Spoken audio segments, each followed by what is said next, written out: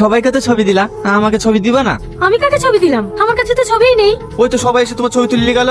ও, সেলফির কথা বলছো? ঠিক আছে তোলো। দেখি মোবাইলটা। এটা কার ছবি? আমাকে তো আমি নিজেই চিনতে পারছি না। এই ফোনে ছবি তোলা হয়? স্মার্টফোন লাগবে। ও কোথায় পাবো, আমরা গরিব মানুষ। তুমি পড়াশোনা করেছো?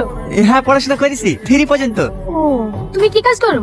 আমি ওই লোকের মাটি মুনিশ চাই আর মাঝে মাঝে নদীতে মাছ ধরি। তুমি আমাদের সঙ্গে কাজ করবে? না, আমি তোমাদের মধ্যে মাকে কষ্ট দিতে পারবো না। আরে তোমাকে অভিনয় করার কথা বলছি না, আমাদের এখানে স্পট বয়ের কাজ করার কথা বলছি। যেমন লাইট ধরবে আর টুকটাক কিছু দরকার হলে এনে দেবে। হ্যাঁ, এইসব কাজ হলে আমি করবো। ঠিক আছে, তোমার ফোন নাম্বারটা দিয়ে যাও, আমি ডিরেক্টরের সাথে কথা বলে তোমাকে পরে ফোন করে জানিয়ে দেবো। তাহলে লেখো, প্রথমে 9, তারপরে 7, তারপরে 2। শিট, আজ প্রথম গ্রামে শুটিং করতে গিয়ে বিশৃঙ্খলাটা ঘুরে গেল না। এটা মেনটেন করার জন্য গ্রামের কিছু ছেলের দরকার। বলছিলাম স্যার, আজ সকালে আমাদেরকে যে ছেলেটা ডিস্টার্ব করলো না, ওই ছেলেটাকে কাজে নিলে হয় না? না না, ওসব গৃহ চাষাকে নিয়ে কাজ হবে না।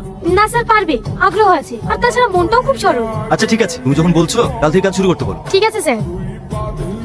তুমি কোথায় আছো? অনেকক্ষণ থেকে টোটোতে বসে আছি, তাড়াতাড়ি আসো। সালমা, তুমি এখানে কি করছো? কি ব্যাপার, তুমি এখানে? আমি এখানে মানে? আমি তোমাকে বাড়িতে তন্ন তন্ন করে খুঁজে বেড়াচ্ছি, আর তুমি এখানে সেজে গুজে কি করছো? সেই কৈফিয়ত কি তোমাকে দেবো নাকি? সিনকাট, এই জানোয়ারটা ক্যামেরার সামনে দিয়ে কোথায় গেল?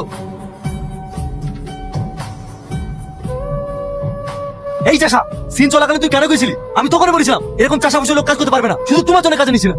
স্যার, দয়া করে ম্যাডামকে কিছু বলবেন না, সব দোষ আমার। আসলে ওই লোকটা অন্ধ ছিল তো, আমাকে রাস্তাটা পার করাতে গেছিল। কি বললি? বেতন তোকে অন্ধ লোকটা দেবে না আমি দেবো? আজ থেকে তোকে আমি যেটাই বলবো তোকে সেটাই শুনতে হবে, আন্ডারস্ট্যান্ড?